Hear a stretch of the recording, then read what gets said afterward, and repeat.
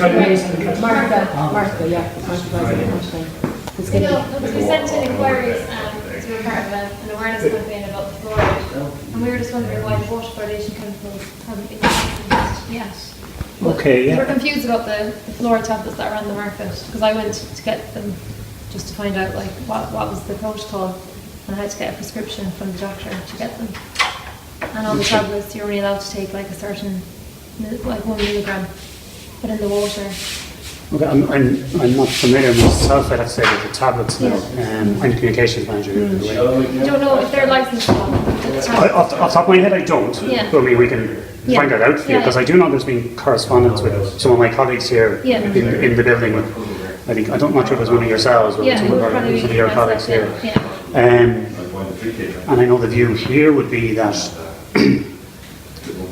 the addition of fluoride to the water doesn't require marketing authorization, and as such then we believe it falls outside our remit, and I think that was possibly the response. And did you ask in that query about the products you found in the market? No, this is only found last week.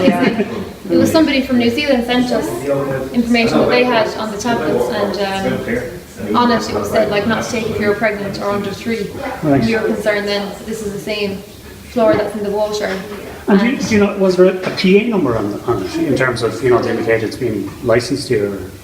We don't know. I'm not sure. But we have it actually outside the picture of it. We have a picture. What would it have if it was marketed or had a license? What would it be? Well, typically would have a PA number or something like that to indicate. Now, if you had that information, obviously I can share that with, with my colleagues, or if you wanted to, to send it in or drop it into reception here, I can share it with them, and we can, respond to you in terms of that query. Do you know what I mean? In terms of the overall query as regards fluoridation added to water, I think, we've outlined our position on that. There was a bit of confusion, I think, with that email. Was there? Like, we were confused as to whether it's a medicinal product, fluoride.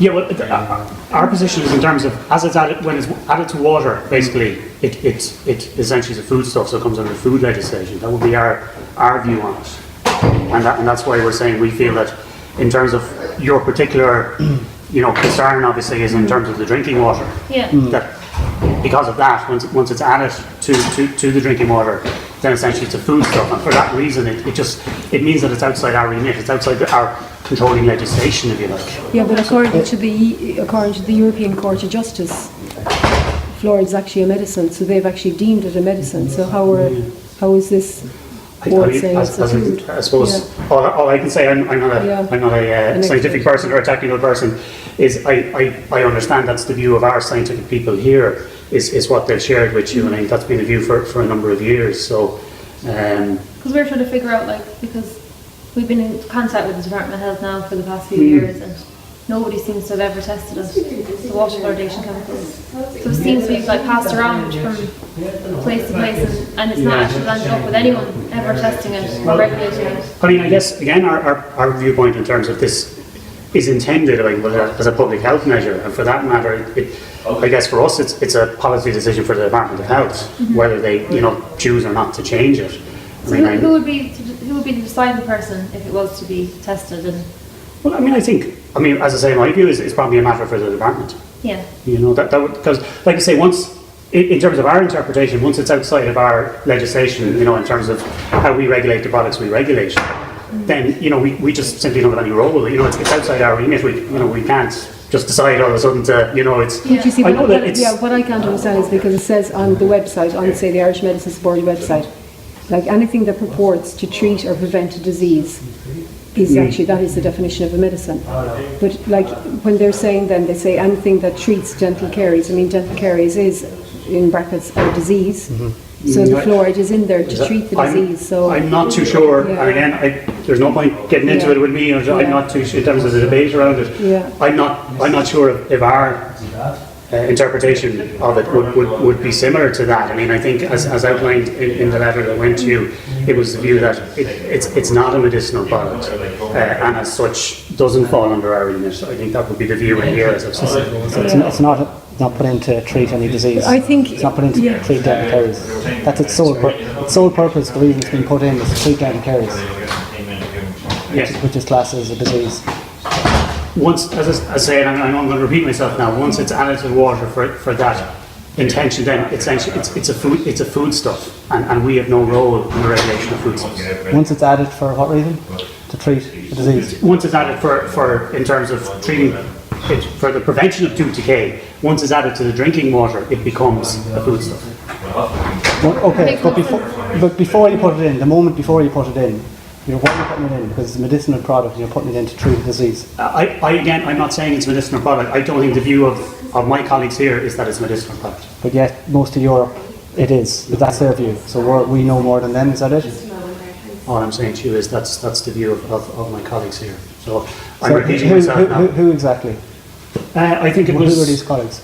our Director of Scientific Affairs, I think, Dr. Morris, wrote to yourself. Yeah. Is he the top man that we need to talk to? He's one of our directors here, yes. Is he available?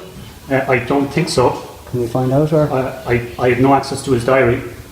You know, can so we maybe make a phone call to Morris, Dr. Morris? Is that his first name, surname? we can see. I mean, you haven't made an appointment before this, no? We've got emails back that are, you know, they're confusing. That he's it's confusing to say the least. So we haven't made an appointment, no. But, Okay. I mean, there's going to be a huge crowd outside here today, and they're going to want to know what's going on. Okay. So, Well, all I can say to you, I think our position is as in our recent communications to you. I mean, that's no more than I can say to you. yeah, it's not good enough, really. Doctor, what's his full title? Doctor what? Dr. Morris, Is there a first name? Michael, Dr. Mike Morris. Okay. Well, might he be available? Can we find out? I can find it. I've absolutely no idea what his diary is like today. I'm not even sure he's in the building. I'll put it on to her Okay. voicemail. She's in today. We'll find out. Michael Morris. Yeah. Okay. The reason I'm doing all this is because I'm intending to take a high court case. Obviously, the Department of Health has full responsibility, but we're trying to kind of understand the whole issue, to find out like why it hasn't been tested, why it hasn't been regulated. I mean, people who are consuming the tap water unaware of any side effects, when if they're given fluoride tablets, they will be made aware of that, and they're only allowed a certain dosage. In a tablet, it's like 1 milligram. But if you're drinking a litre of Irish tap water, that's what you're getting. And obviously, we're drinking much more than just a litre. And the reason why I'm doing it personally is because when I was 19, I became very sick with depression, and then I found out that my thyroid had gone underactive, and I then subsequently found out that the fluoridated water depletes iodine levels.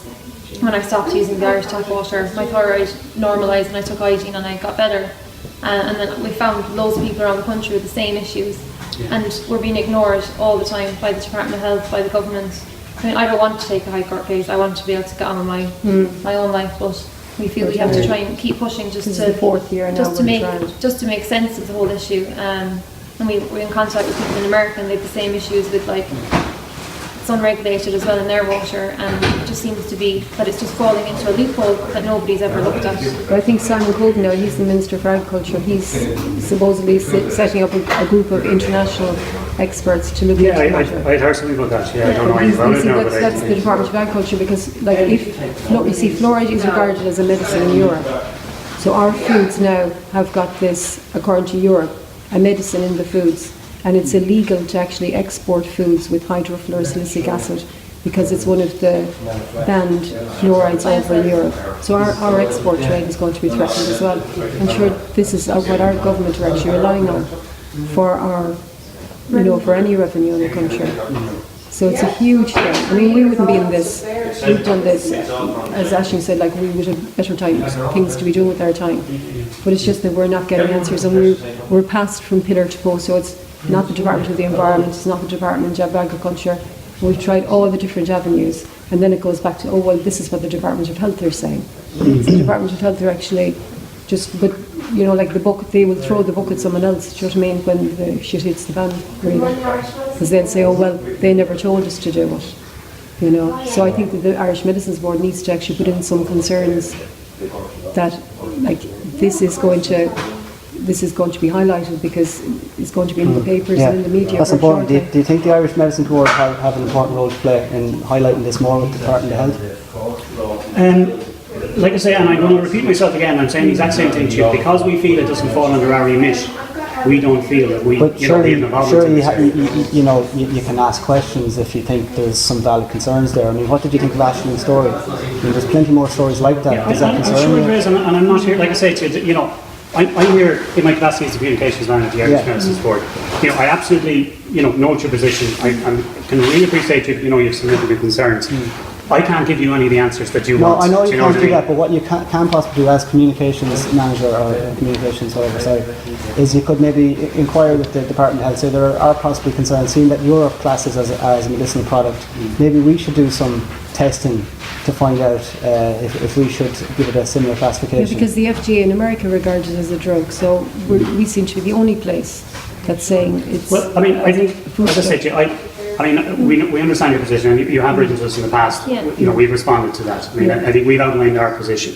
I mean, obviously, as you said, there appears that there's going to be a broader study into this if Minister going by what Minister Coveney has said.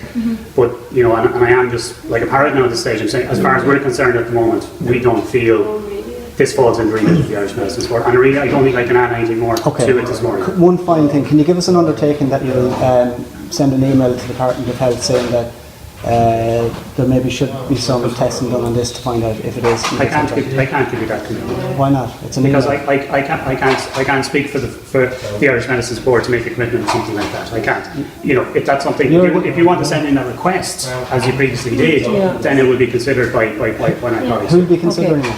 Mr. Morris. Yes. Just Mr. Morris? Yeah. Just Well, Mr. Mr. Morris, I'm sure, you know, you'll appreciate, I think the letter perhaps was written or there was previous letters, or chief, if you wish to send it to our chief executive, by all means do so. Who's that? But that's Pat O'Mahony. Pat O'Malley. Mahoney. Mahoney. But I can't give you that commitment. Yeah, okay, no, fine. appreciate that.